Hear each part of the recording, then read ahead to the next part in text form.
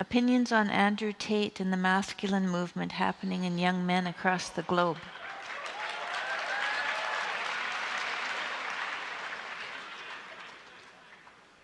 I really haven't said anything about Andrew Tate, and I probably won't tonight. But, well, I'll make a few comments about the Andrew Tate phenomenon. I would say is that the mystery is, there is a mystery in relationship to Andrew Tate, and the mystery is, why is he so popular? And I think part of the reason he's so popular is because he doesn't easily bend a knee, so to speak, and it isn't obvious to me that he doesn't bend a knee because of his stellar moral character, but because I'm not particularly, what would you say, impressed by what he's done on the sex business front. It seems to me a bit on the pimpy side, let's say. And I'm not a great admirer of pimps. So, even if they're the electronic version. And so, but I don't know that much about the details of his life. And apart from that, rather casual diagnosis, I'm going to leave it alone. But there is a mystery there, and the mystery is, why has he captured the public imagination? And it's clear that he's become a voice, maybe like a kind of a violent rapper, same sort of attraction to young men. And that attraction is the attraction of what's the alternative to a kind of cringing defeat. And so maybe a forthright aggression is a preferable alternative to a cringing defeat.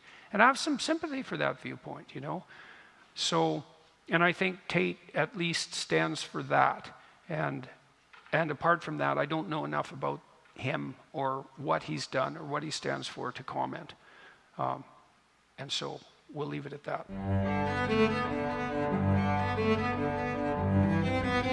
The clip you just watched was Dr. Peter Jodassin trying to explain or trying to define who Andrew Tate is and what he stands for. And Dr.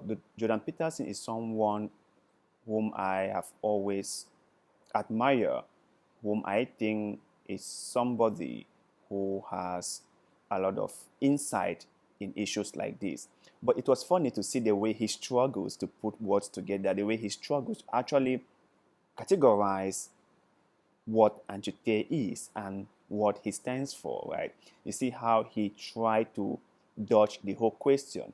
And you must understand that, like, most conservatives, they agree with what Andrew Tate says. Like, the things he stands for are also the things that most conservatives stands for, except a few. Because if you watch, I watched a previous video where this guy, what's his name again, Ben Shapiro, was talking about Andrew Tate and how he agrees with almost everything that Andrew Tate was saying, except for the fact that Andrew Tate isn't married and doesn't really think that one person should have just one wife. He thinks that men can have many wives and the women should be submissive to their husbands and stuff like that, which Ben Shapiro thinks that to have a happy and a fruitful family, a man should be married to a woman, except that they all agree on so many things.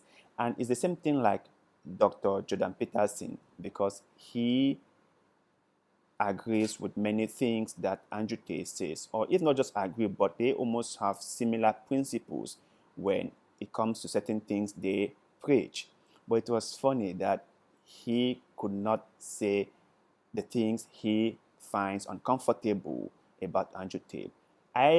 If I had to suggest, or if I had to chip in my own opinion, I would say that the reason he could not say what he disagrees about Andrew Tate was because maybe his followers or his audience is the same as Andrew Tate, and he was worried about angering some of his followers who might be also Andrew Tate's followers.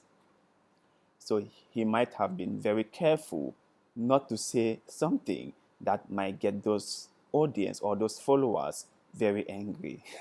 And that is um, how our world is, and that is how things have become. Because um, these days, no matter what you do or no matter where you stand, you have certain people who love what you say, who agrees with what you say, and those people or those followers you cater for, right? You cater for them. You create things that makes them feel happy or that satisfy them, if I may put it that way. And sometimes you have to like be very careful not to say something that will get them angry. For example, if you look like Matt Walsh, the audience or Matt Walsh fans, right? Uh, the things he says are so horrible and terrible, but somehow his fans and his audience love it and they encourage him to say it. And he keeps on saying those things because the audience or the fans love it. Whenever or if there comes a time when he deviates from those talking points, or the audience might just move away from his channel to another one. So that's the whole point that I'm trying to make here. So it's really funny when you look at how the whole thing is being set up, and how people or content creators cater for their audience. Yeah, you see, it's so funny because everyone has a certain group of people they are catering for, and everyone has a certain group of people that their content is being made for, right? And they try their best to appease those people. They try their best to make sure that those people they are catering for do not get offended with what they are saying, and by so doing, switch away from their platforms. But you guys out there, I would like to know your take about this whole thing. Um, what do you think might be the reason why a person like Dr. Jordan Peterson, someone who has a lot of ideas, someone a lot of opinions about so many things, who said that he hasn't really gotten the time to really look into Andrew Tate or to really learn more about what Andrew Tate was saying or doing, and couldn't really give a firm opinion about Andrew Tate. So let us know in the comment section below, because like always, we love hearing what you have to say. And also, please don't forget to like our video, share our video, and also, if you like what we say, subscribe to the channel.